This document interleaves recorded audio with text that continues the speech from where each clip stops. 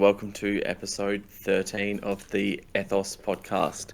Tonight I have, as usual, Simon Gojkovic with me and our fellow Team Ethos member and in-house painter for Hive Mind itself, Nick Standing. How you doing tonight, Nick? Good, mate, yourself? Oh, look, always good when I'm talking to you fellas. And Simon, how you doing, mate? I'm doing well. I was talking to Standing in the beginning bit, and I was saying I got a busy day, because I got 4 people report to me, and then he goes, "I got 52," and it's like, all right, awesome. Very nice. So, what's been going on in the world of hobby for you, Nick? A bunch of gargoyles at the moment, so just getting that ready for Eric. What else? I got a couple of Space Marine halves of the Leviathan box, so I've put them together and haven't done any painting on them yet. And then obviously Dreadnoughts are shit now, so I've just been building up a bunch of infantry for my custodes. Yes, they are. GW had you in their sights as well as Simon, clearly, when they did the new edition. Yeah. They were like, let's get rid of Dreads on Nick and make Simon rebase his whole army. This will be hilarious. Yeah, so for a whole edition, I've played 13 models, so they've actually got me to buy about 3 times the amount of models that I've ever had for a whole edition. Look, it's an honest day's living, but someone's got to do it. That's it. Right. And I mean, for me, I'm rebasing my Biovores, I think, for the 4th time. So, that's always a good thing. They've gone from 40 mils to 60 mils to 50 mils, and there's soon to be, like 80 mils. It's fucking hell. Yeah, it looks like they'll be on 80s, like Sentinel bases. I'm just like super excited. I got Alex to print up a bunch of base extenders for me. 300 of the little bastards for all my gaunts, and that's still not going to be enough. But I just said no. Just give me 300 for now. I'll get to it. Look, that's a man with a bit of a demand behind him. That's right. All right, awesome. Well, for me, I've been helping a little bit the WTC boys, getting spanked. These aren't necessarily conjoined. They're getting spanked by Eldar. It's nothing to do with WTC. That was just me and Nick Argent having sweet fun time. Super loving life. I recommend for anyone who wants to try and eke out enjoyment out of 10th, unless you're really training, for something like WTC or whatever, just don't verse Eldar. I'm sorry, just don't. Well, does that still include now that they got their little bit of a tune-up, or do you still think they're pretty up there? Like, obviously they're good, right?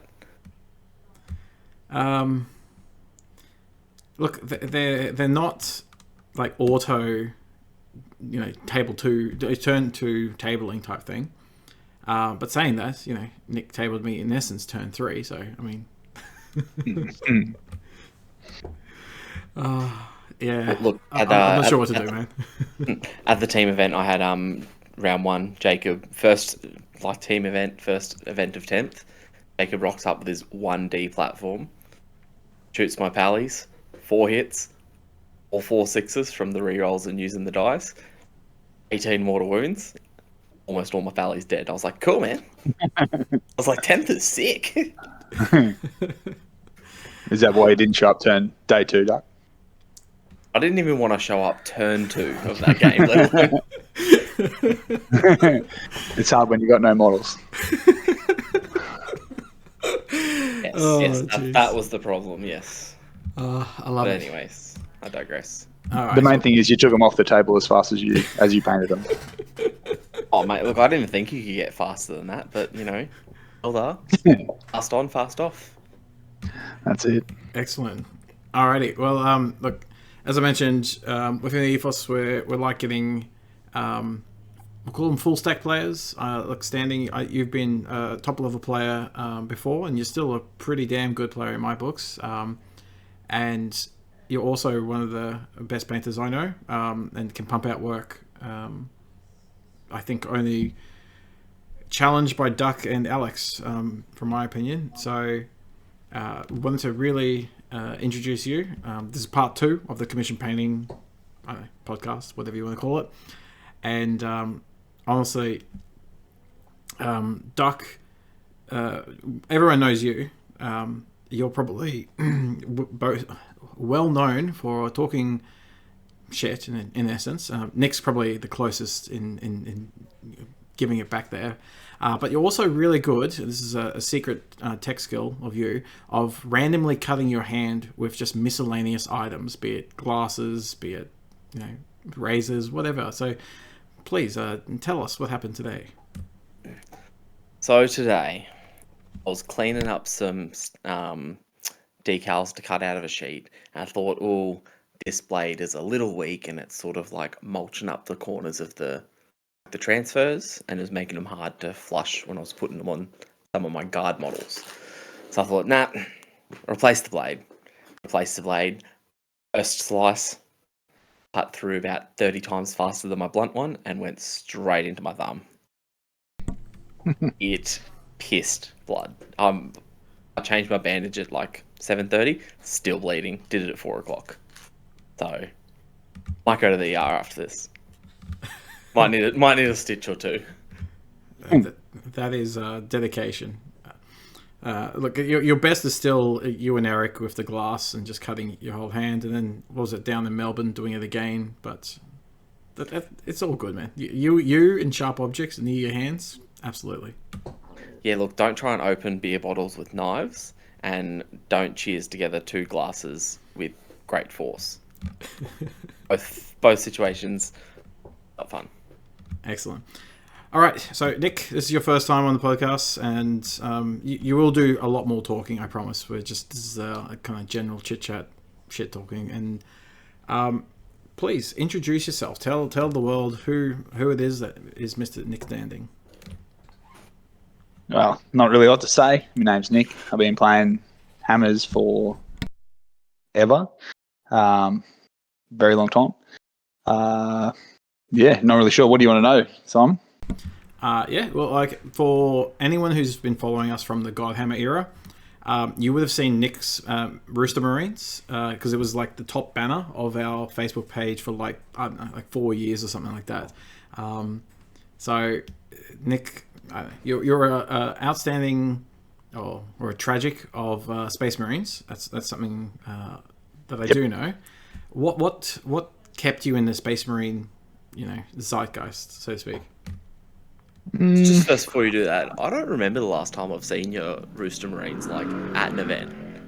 Yeah, it's been a while since the boys have been out of the cupboard. I think when Ninth dropped, forgot about them. Yeah, so when Ninth dropped, I pretty much went straight over to Custodes. Just pretty much my love for the Emperor and my kept me going with my Space Marines for as long as possible. But then as soon as the Golden Boys dropped, then that was me. I was into them. It's a closer step to the Emperor. That's it. I just need a tyrant to follow, Unless I've got that iron fist to rule me, I'm just a bit lost. Oh fuck! I love it. All right, so just play Primarchs next, mate. Just all Primarchs. Well, look, I ran G-Man for a long time in every single list I had. So yeah, I'm pretty keen to run the line actually. Well, run a real Primarch. In 10th, couldn't you do both? Yeah, you definitely could. Yep. 9th you could, couldn't you? At the end of 9th, I think you could run both. Yeah, I'm just thinking, like, get Lion, get Bobby G, and just high five each other as you're walking by. Well, that's why I moved. That's why I moved straight onto an army of dreads, mate. Just need all dreads all the time. That's basically just a bunch of Primarchs. It's as close as you can get. Excellent. All right, so some basic questions that I've been asking everyone. What introduced you in Ethos, mate? Don't say Eric. Well, I actually probably met Eric. I actually met you first, Simon. I met you at the very first tournament I ever went to. So I knew you first of all the boys. And then we went to a few tournaments like where we were at the same place. Obviously, we didn't really know each other too well at the time. I probably got to know Duck and Eric more so first. Eric was 13. Duck was 15, drinking at a titty bar. So that's probably where I met the two, playing some hammers there. So I've known those boys for a pretty long time, really, and we just sort of like all just been mates. Just enjoyed playing hammers with each other and talking shit, really. And for you, what's the key thing about 40k that keeps you keen for all these years? Space. Yeah, pretty much the whole game, really, man. Like, I really enjoy, obviously, the models. That's what keeps me going. So I've tried to play Age of Sigmar and some other games, and I've got mates that try and get me into board games. But it's mostly the models that keep me like in there, and as well as the lore. I'm a bit of a fluff bunny there. I do read the stories and get a bit into all that. But obviously, just like pretty much just hanging out with your mates and playing hammers. I love. Well, the games I really enjoy is just like when we're just sort of playing. It's a tactical game, but we're just sort of like that's a byproduct of the shit talking and egging each other on and just having a bit of fun and rolling dice. Yeah, it's just a good outlet for fun, really. I just really love it. Mm. And before I jump into the next question, why are you such a great player, even when we were in the comp world? I don't know why I'm such a great. I don't think I am such a great player.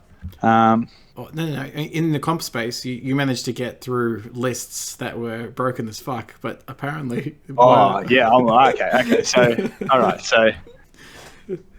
So when I first started playing hammers, way back in the day, this is the olden times, back in black and white era.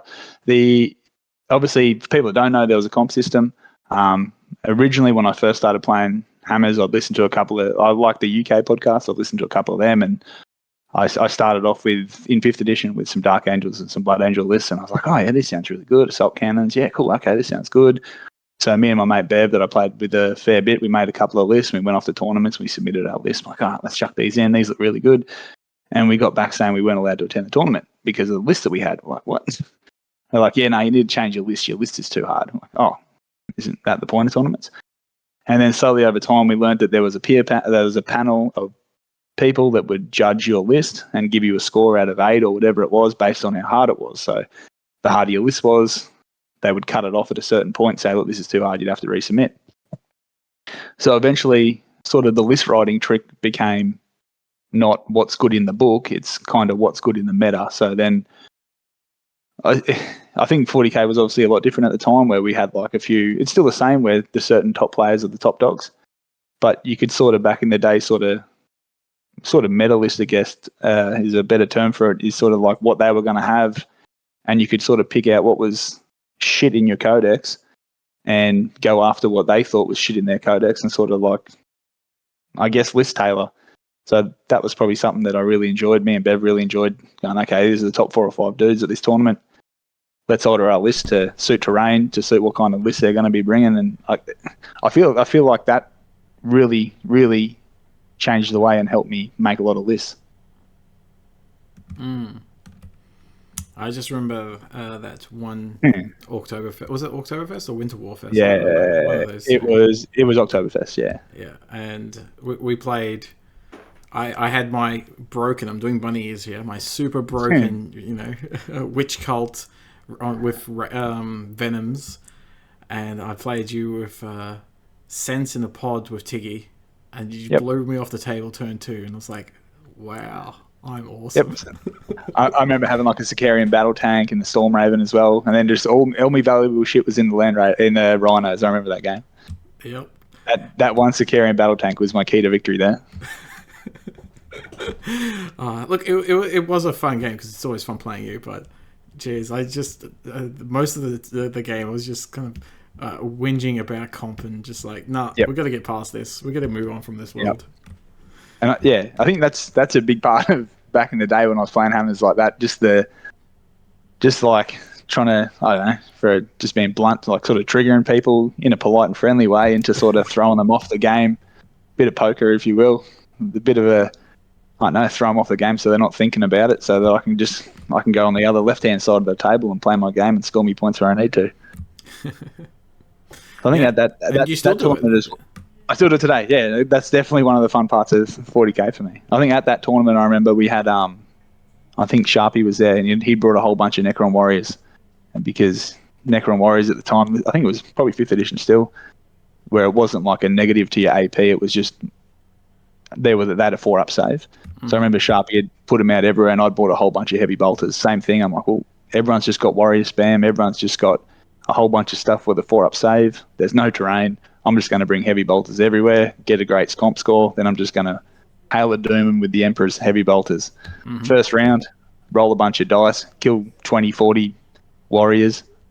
What the fuck is this? What's a heavy bolter? This is bullshit, just whinging about me heavy bolters. I'm like, mate, no one in their right mind has ever ran a heavy bolter in a Space Marine list, ever. And that was just a part of, at the time, you could sort of, I don't know, you could pick some shit stuff and make it work, and that it really helps you with your list writing, I think. Yeah. That was at least 6th by then. Because I was watching you guys during the quartermasters in 5th ed, but I didn't start like properly getting back into it till the very end of 5th and then starting 6th. So Yeah, okay, yep. anyway, all right. What's your current focus in the 40k world, mate? Other than painting Eric's nids and a bunch of space marines. I guess I'm enjoying teams. I think the one thing that's keeping me coming to tournaments is being able to play in teams. That's just my main love of 40k. I think I'd be happy just to throw down some dice and just run some wacky shit at the shop now and again if it wasn't for teams. But because of teams and obviously hanging out with you boys as well, that's what keeps me in a little bit of focus on competitive 40k. Yeah, I'm a bit bummed that I can't make the upcoming team ones. It's you're going to that one, Duck? Look, I've put the call out to the Ethos guys there who wants to attend, so we'll put an Ethos team together. Perfect. Excellent. No, I've got family stuff on that day, but I will throw it now, and I'll get back to my Von Ryan's Leapers while you guys are chatting, but I'll throw it to you two, and you guys can now nerd on about commission painting. Does that mean I have to put my Chaos Knight down now? Yes, you do. Oh, man. So, Nick, what, besides the gargoyles, what were you working on before Eric barged into your production line and interrupted your supply chain? Well, pretty much, just busting out my custos, man. So, like I said, I played pretty much 2 Telemons and 5 Dreadnoughts for all the 9th edition. Sometimes the Telemons were in there, sometimes they weren't. But I didn't really run a lot of infantry, so with the changes to custos now, I started gluing a whole bunch of spears on the few infantry models that I did have. That's about it, man. Get a bunch of custodian guard ready, some Alaris. That's it. Yeah, nice. So what's your next project after Stodes? Do you have like an army in mind that you want to paint? Not really, man. I sort of just chip away at those boys. I've got, like I said before, I've got 2 halves of the Leviathan box here. They're sitting in front of me. I'm pretty keen to give them a bit of a crack, but yeah, no, not really. I guess with doing a whole bunch of Eric stuff, that sort of takes up a fair chunk of me painting time. So now you're just funding Eric's addiction. You're an enabler, mate. Yeah, that's it. But he also funds my addiction, so. So when you see either an army or a paint job or something online, do you have any like inspiration or aspirations to replicate it or do your own artistic take on it, or? I guess, yeah. I don't really I know you send me a lot of stuff, but I don't really apart from what you send me, I don't really sort of cruise around looking for different videos, and I like a couple of YouTube painting tutorials and stuff like that I do like to watch. I like Colder Pain. I like a few other things. I like to watch. I think it's more like the army process rather than individual model painting that I like. Like I like the look of armies, not just like the look of a single model. Yeah, what hints and tips do you have, mate, to help people smash out armies instead of focusing or getting bogged down on your 1 or 2 characters? Tips and trips. So I guess batch painting. Obviously, that's one of the keys to getting through bulk ton of models. I guess one of the other things too is not getting caught up on sort of like it sounds counterintuitive, but don't get caught up on like the quality of the model as you're going. I know when I first started painting a whole bunch of stuff, if I slipped on a brush or I didn't quite get the color right or something like that, I'd sort of start again, or I just get myself in a bit of a headspace where I'm like, oh, this isn't going to look good. I'm not sure if I'm going to like it. But just sort of pushing through those models and making sure you get to sort of like the end product, especially with like an army, you want to make sure that you just sort of getting through it constantly. Yeah, look, an army on the table with a couple of imperfections is better than a half-finished army on your shelf, right? Yeah, that's it. Yeah. So I think one of the things that I noticed once I started doing a bit more commission painting was originally I would hold the model up right like 200 mil from my face. I'd have a look at every single detail. And it took me a while to realize I'm not actually trying to be an artist paint an individual model. I'm trying to paint an army. So where I do like quality checks and that sort of stuff is from sort of further away, like on the tabletop. Because that's sort of the type of army I'm trying to produce or the quality I'm trying to produce rather than individual Golden Demon standard winners. That's good advice. So you said you like coal to paint for. I froth a bit of coal to paint actually. The way their painting style is very much up my alley. And for those who haven't seen them, definitely go jump on YouTube and have a look. Andy Wardle is part of Coal to Paint. He painted the Golden Demon winner from this year. It was like the big Slanesh dude sitting on the chair. So yeah, real good painters, and they do big range from your display models to like smashed out armies. They recently actually just punched out the not the Indominus box, the Leviathan box. In Spatials in like 1 20-minute video, but like I've done that painting style myself, and you know how fast it comes together when you watch them do it in a video. So yeah, that's probably the more production line sort of painting that I do enjoy actually, rather than the taking the time on the one single model. I do enjoy when you're just pumping out an army and then you just keep looking over and you've got another set done, and then especially if you're starting, like, so the way I like to do it is, for example, the gargoyles I'm doing at the moment, start with my highlight, then I'll start bulking in the biggest colours. So I'll start with the green on all the body and the head and all that sort of stuff, then start working in with the purples, and then each step sort of gets faster and faster as I'm going. So I'm punching through the big bulky stuff first. Then I'm sort of just basically ticking the boxes as I go through, and the smaller colours and the smaller areas that I'm doing just get smashed out faster, and just sort of as you're getting through the project, it just seems to speed up. Yeah, you can hit a wall in like the first like 2 or 3 steps. If you manage and push through it, you'd be surprised how quick an army comes together. Hey. Yeah, definitely, man. Yeah, definitely. I was painting my guard earlier this year that still haven't seen the table in any sort of context. They haven't even had a little practice game, so they've literally just been painted and sat there. Like I found after the first couple of coats, like the first couple of little airbrushes, as soon as I put my wash on, the rest was done in like 2 steps. Yeah, that's it. Yeah. So you've done a lot of painting for Eric. So if you guys have seen Eric's Tyranids or Gene Steel Cult, you've obviously been witness to Nick's painting. Where do you get your inspiration from to do these schemes? Is it just Eric tells you some colours, or do you get a bit of free reign, a bit of artistic freedom? So with Eric, yeah, he pretty much just lets me do whatever I want. Conversion, the perfect client. Yeah, he's just like, yeah, whatever you want, man. But I do usually, obviously, I want to make sure that he's happy with what I'm doing. He does give me the NIDs that we came up. He sent me a photo for the original one that he wanted. He's like, oh, I like this, man, this green and white. I'm like, oh, yeah, cool. So then we played around with a couple of little things, and usually I'd do a few little test models for him and just send them back to him. Usually 2 or 3 little different ideas, and I'm like, hey, man, which one of these do you like? And he'll shoot back a couple of things. Oh, maybe I'd like this one, but with this, and maybe do this purple, or maybe you could change this or something like that. I'm like, yeah, cool, no worries. And then I'll do another test, and we'll sort of nut out the first one. Maybe it'll take me like, I don't know, 4 or 5 brush versions of the model over a night, and then I'll sort of nail in what he wants and go from there. But apart from like the finer details and stuff, yeah, he's not really fussy. He's just happy for me to just do whatever I want.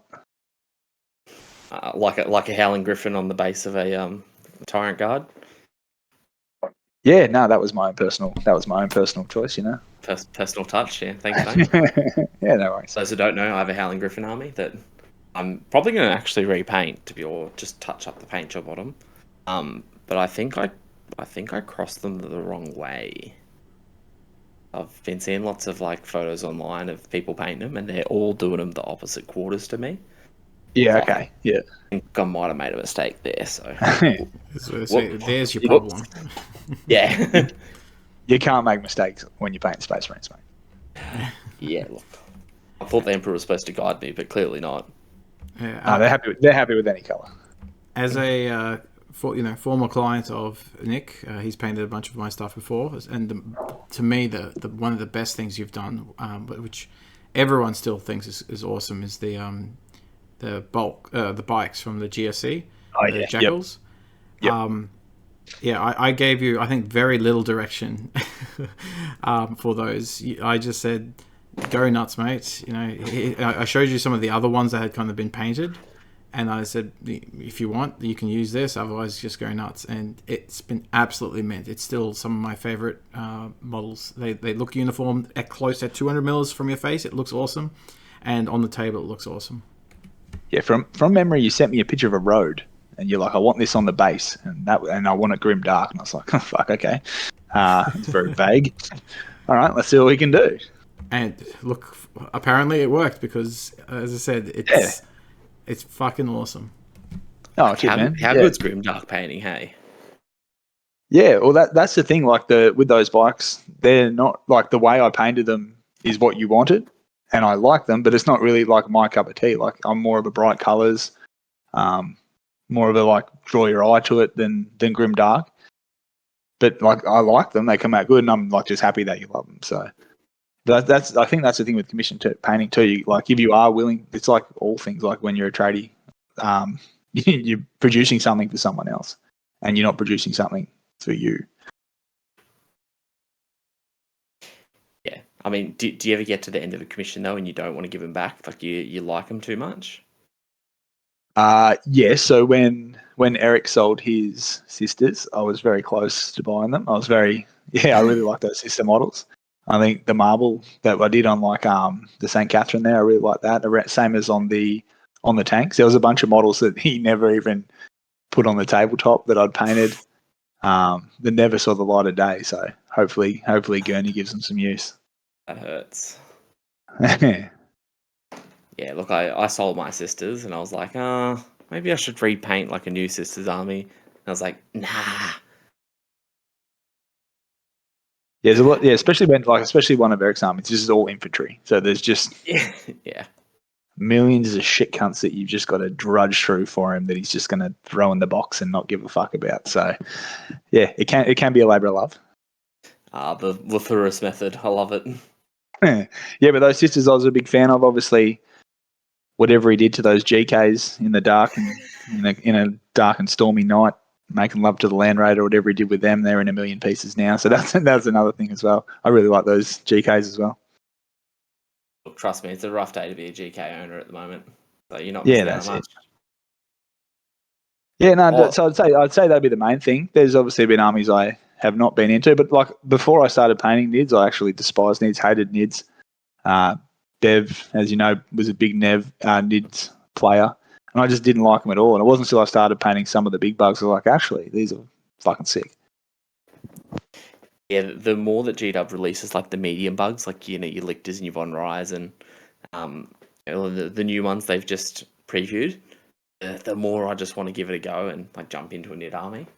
I see so many good content creators making like good NID schemes just because they're accessible as part of the starter box.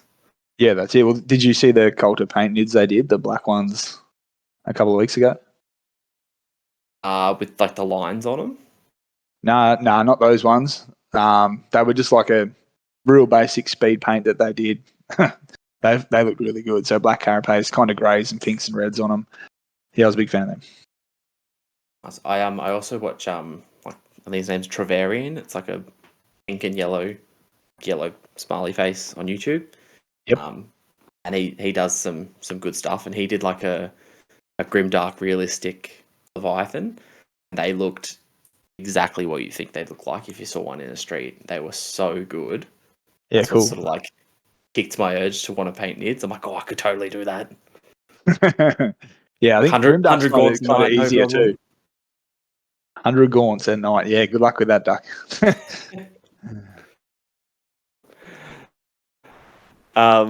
So when it comes to commission painting, do you mainly do stuff for Eric? Do you do stuff for other people at the moment, or does he keep you busy enough? Yeah, Eric pretty much keeps me flat out because he just has so many like NIDs and GSCs, and obviously it's like a lot of the time it's like, hey man, you're gonna hate me, but next Friday can I have 250 gargoyles? Fuck, yep, all right, hold up. I'll see what I can do. So I literally have like a, I'd have like a chest of drawers in my garage where my painting setup is. Two of the drawers are just completely filled with different types of GSC and NIDS models that are not painted yet. And then he pretty much just, whenever he sees me, he gives me a bunch. And then he's like, hey man, how many of these do I have at home? I'm like, oh yeah, 16. Yep, cool. Okay, that's not enough. I'll get you some more. Fuck. All right, cool. So yeah, it's pretty much just at the moment, it's just smashing out a whole bunch of stuff for him. And then obviously there's my stuff I want to paint as well. I've got a table I think I showed you a while ago that I've been trying to get through. But yeah, pretty much that's it, man. Yeah, nice. So if Eric ever did slow down with his demand on you, would you pick up more commission jobs? Yeah, I would do. Yeah, it'd have to be something that I'm interested in painting as well. I wouldn't just want to like just grab it like a job and just pick up and smash some colours on it. I think that's the thing with the army painting sort of thing that I'm doing. I sort of want to invest some love into it. Make sure it's something that I'm proud of, and that the person that takes it away is obviously going to love it and play with it as well. That was going to be my next question: is do you refuse commissions? Because I will not do another Eldar or Harlequin army after Simon and Red. I just blatantly refuse. I think I wouldn't refuse based on the army, but I want to paint something for someone that they want. You know what I mean? Like if someone goes to me, hey man, I really want to go to a tournament in a couple of weeks. Can you quickly bank this out for me? And then I might sell it afterwards. I wouldn't be interested in doing something like that, because like obviously to me, I love 40K. I love painting, and then I enjoy going around looking at other people's models and other people's hard work. It takes a lot of time to do all this sort of stuff. Like it's a bit, obviously, it's very nerdy because that's what we are. We're nerds. But to me, it's a bit more it's more than a gaming piece to me, especially the effort and stuff that I put into it. Like obviously, I'm not a golden demo winner or anything like that. I don't think. While I appreciate the comments from you boys saying that you enjoy my painting and it's a high level, I sort of personally myself, I feel like it's a good level for an army painting, and I'm happy with that. But I wouldn't. Yeah, again, I probably would refuse an army if someone's like, "Hey man, I just want to bang this out. I don't give a fuck." That's fair enough.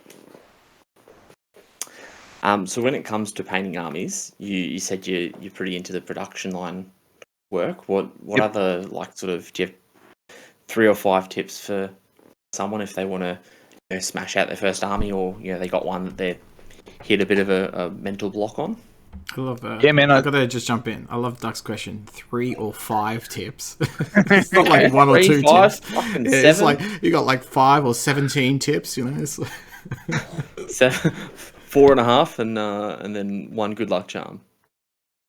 Yeah, I think finding like sort of like your own style and just knowing how you're going to paint. Like I'd say like I 100% have like a routine, and I know how I'm going to paint now. I think if someone was to come to me now, I think when like Simon, you come to me, we did some Harlequin jet bikes. Were they the purple jet bikes that we had? yeah, so there was some of the That was a long time ago. Yeah, and the Star Weavers, like the boats. It was both. Yeah, so there was some that you'd already had painted. Yeah.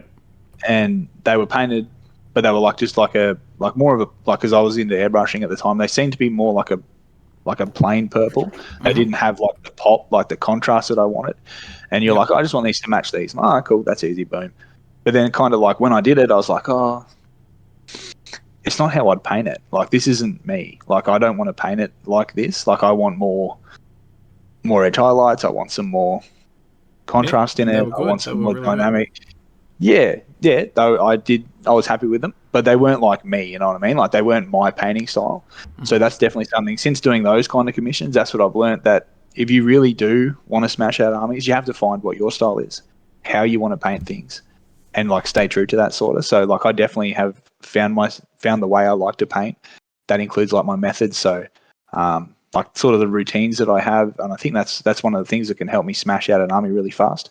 So what I will do is go through, like I said earlier, I'll go through a couple of different color schemes, and then I'll pretty much nail that color scheme over 4 or 5 models, trying to get exactly what I want. once I've nailed that down, then I know exactly what that is, and I'll just stick to that. A lot of the things I got caught out with at the start, like I said earlier, was sort of getting halfway through a model, being like, do I like this? Is this good? I'm not sure. So a lot of the times was when I was starting to airbrush. I'd airbrush a bunch of models out there, and then I'd get to the base colors down. I'd be like, oh, I don't know, this is exactly what I want. And I'd stop. I'd start again, change a couple of different variations on the blue or the red or whatever it is I was doing. But then it wasn't until I started doing the edge highlights and the details and all those type of later finer points, I realized that the base color wasn't like the slight variation I was going for in the base color didn't really make that big of a deal. So I guess sort of just what I'm saying is just figure out how you'd like to paint models, the methods that you want to do. So like for me, it's airbrushing. Lots of people like oil washes, but I'm not. I just like the GW washes. I just keep it simple. I prefer that. I think that's just the way I like it. So it's sort of just staying true to how you want to paint and just get through it. Yeah, see, I froth an oil wash. Yep. Like any AK Interactive, like your Streaky Grime, your Ammo Migs. I got a few of those here on my shelf. Some of the Beltung have like good colours, and they do a really good white ink, which is really good if you're doing any like glow effects. Like anything like between Necron panels. If you want to do a dark Necron army, but the inside panels, which are normally darker in like a traditional army, if you put a white oil in them and then airbrush over a contrast paint, you get like glowing recesses. Yep. So that's a really quick, easy technique to get your army on the table. So that's what I like about oils, is they give you a bit more of a different range and spectrum where you can take your army. Yeah, definitely. Yeah, I do. Like, don't get me wrong, I do like oils. Appreciate where they are. I think it's just more a case of, well, to me, the final product that I'm getting, there's not a lot of variation between. To me, when I look at it, if I'm looking at the table again, and I see an army with a GW wash or I see one with an oil wash, I don't really feel like there's a lot of difference. I think it's probably something that like more of an artist style painter would sort of look at, and then they may notice a difference. So then to me, it's like, oh, well, let's just get that wash on there. Were you a criminal of the old Magic Mud back in the day, the old Devil and Mud wash? Yeah, mate. First painting award. That was an army painter spray tanks with actually Isabel did the Devil and Mud for me. So I think she was about 3 at the time. Gave her a Bunnings brush and away she went. Off you go, kid. Have fun. Yep. And then we've shared the best painted award from that event ever since. Very nice. Well, saying that, do you like? I've shared some pictures of my kids building some of the models, doing basing and stuff like that. And Sonia nowadays paints a lot of my stuff. But do you get your family involved in any of your painting? They don't really have any interest, man. Nah. So the girls. So I've got 2 older girls and a young fella who's 6. He's kind of into it. He's not into the Emperor at all. He's only into bloodletters. So he's painted a pride celebration of rainbow bloodletters. We've got one of every colour. We've mucked around with a couple of little games and stuff, but that's about it. No, they don't really get into it, man. It's just sort of, I guess I just go off and do my own thing and play hammers, and it's not really anything that they're interested in. You don't get them tying a bit like a sweatshop and say, hey, I need a bunch of cork for the basing. Go break them out for me. Nah, man, they don't have time for that. They have zero interest in anything like that. Do you have any horror stories from your painting? You know, as long as you haven't mutilated your fingers with new blades. Well, I have done that before. So I have bought a brand new hobby knife, slipped off, and I've got a big scar next to me left thumbnail where I've actually stubbed the hobby knife all the way in and it got stuck in there. And I lifted my hand up and the hobby knife was still stuck in there and I had to actually pull it out. No real horror stories of injuries from painting with a paintbrush and a small hobby knife, really. It's not that dangerous. Yeah, no real horror stories. Right, must just be me then. Yeah. Nah, I think that's just a duck living, horror story. Yeah, that's it. I think there's a few more activities out there more dangerous than painting with some painting with a size 1 paintbrush. Look, man, I've probably done like all the stupid stuff you could probably do when you're painting. Like I've reached over my painting desk and poked myself in the eye with a paintbrush. I've got oil paint in my eye, which hurts. I've done some stupid stuff. Have you drunken your if you had like a coffee next to your? Everyone has drank their paint pot, like Yeah, their wash pot. I guarantee Nick's probably even done it. I haven't done it actually. So the reason I haven't done it is because I use shot glasses as to clean my brushes in. So they're on my right hand side and my drinks are on my left hand side. Shot glasses. Tell me more about this. Just like a glass, like a shot glass, like a glass shot glass. Yeah, I understand the concept of shot glass, but like I thought I'm not a good painter by any stretch of imagination, but I thought you'd need like a bunch and you go like a crazy person and get it all nice and clean. Yeah, no, see, I don't really follow that sort of method. I've had one brush for about, I don't know, 2-3 years. That's the only one I used. It's a good one. I've got like 2 good sets, but I only use the one brush. I use old dirty water. Even I think Marcel come around one day. He's like, man, can you show me a few things how to paint? I was like, yeah. He's like, is that your airbrush? I was like, yeah, man. He goes, man, you got to clean that. I'm like, nah, man, this is good. So, no, I'm not really sort of that way inclined where everything. That's how I am outside of my hobby life. Everything has to be perfect outside. But nah, just sort of it's where I can relax and just if things get messy, things get messy. Interesting. See, I'm a little bit opposite. I like a nice, clean sort of hobby room and hobby space. Yep. It doesn't always stay that way, but I like a nice, clean, organised space, Like I've got my little IKEA wall, plug wall with my trays in it. And I've got like GW paints in one tray, like Vallejo in another tray. Yeah, so like I need it to be organised. Otherwise, I don't know, maybe I'm just autistic or something, but I lose my mind. I just can't concentrate if my stuff's not arranged properly. Well, that's like literally everything outside of my hobby life is like that. But in my desk, I've got like my setup. Mostly the setup that I have is only a small little desk. My iPad takes up more of the desk than anything else. I probably have like the 10 or 12 paints that I use majority on the desk, and everything's just in a big basket, sort of on the ground next to me that I just rifle through when I need to. Apart from like I've got like an old bucket thing that I clean my airbrush into. But obviously that's dirty as well, and then just the airbrush cleaner. Yeah. I'm so triggered right now, just quietly. Yeah, I haven't seen that. Yeah, it probably is more like a sweatshop, like Simon was describing. It's just get in and get it done. Look, it's not as bad as Marcel's. I went to his house one day and he had like a little corner on his workbench, and he didn't even have a seat to sit in. He just stood up and airbrushed some stuff. Oh yeah, no, I've got a proper gaming chair. At least you got that going for you, mate. Yeah, no, I've got 2 desks in there. One's the gaming setup on the right, the other one's a little desk, and then I still have like a shelf with all my models on it and all that sort of stuff. It's not like a messy dungeon. I'm not too fast. Like I've seen lots of people say, like, you need to use distilled water and you need to use that. No, I just use like water out of the tap in a shot glass. No, that'll do me. Nice. When you said metal shot glass, I'm like, I'm already picturing like 4 scenarios that I could hurt myself in with a metal shot, like a glass shot glass. You would definitely hurt yourself in my garage. Yeah. Sweet. I love it. What about any commissions that you have done? Has there been any dramas or things that you weren't happy with and how it kind of went? Not really. I wouldn't hand something back that I wasn't happy with. If something happened or a drama, I'd probably just let the person know. So I'd say the bikes that you spoke about earlier, they probably went on longer. That was probably the only thing that went on longer than I wanted it to go on. Mm-hmm. I feel like I remember they taking longer than I wanted to, but I was away at the time, so I was working away, and I took them with me. Then I couldn't get back to you to give them to you. Yeah. Because would you travel like 2 or 3 hours every day, and you were just doing it between that?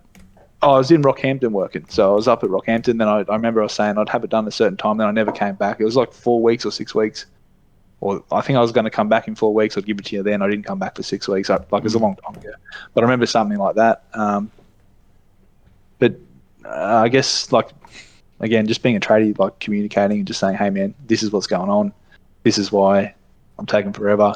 I don't like this. And I guess just being open with it too. Like if I paint things that I don't like, I'll just straight up say, hey man, I'm not happy with this. Are you happy with this? Is this what you want? You know what I mean? Like, I guess there's clear communication, making sure both parties are happy. The main thing is obviously for the other person to be happy rather than me, because as long as the client's happy, then that's the main thing. I could not agree more. I literally said it in the Alex episode that for me, I've had commission painting from like 5 or 6 different people, and the main thing I've said over and over is like, I don't care if there's drama happening, just tell me what's happening. Like the one, the worst example of like my horror story. I don't believe I said this in the Alex episode, so I'll share it now. Which is, there was an Italian guy who was doing, he was living in Sydney. He was doing my commission, and he was all gung ho, and so I sent him my Dark Eldar army. It was a big one. Now, he started off well, and then just stopped communicating. It was literally just went he went dark in essence, and I was really, really happy, and I was starting to get some stuff back, but then he realized it was too big of a job for him, and he had, in essence, bit off too much, more than he could chew, and rather than fess up to that or say, hey, look, this is the problem, we can renegotiate or anything like that, it's just no, completely dark. I had to go through friends and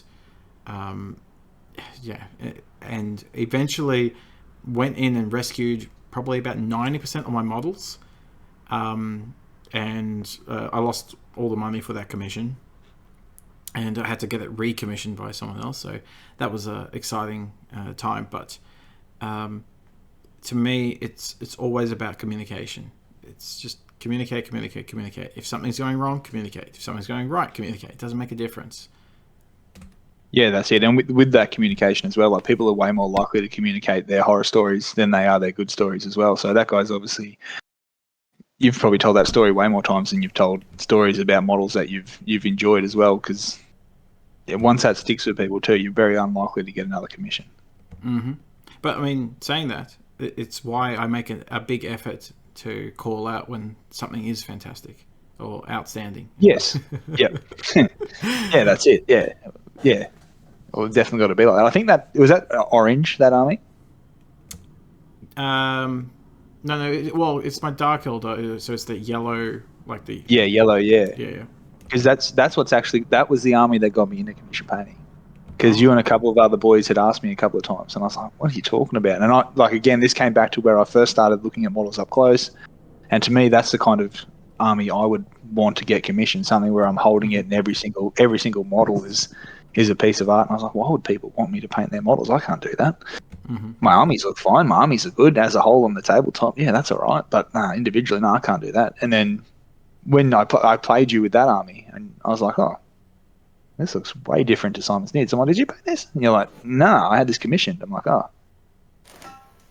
what did they charge you? And you told me they charged. I'm like, I mean, I could probably paint your army, Simon. Yep.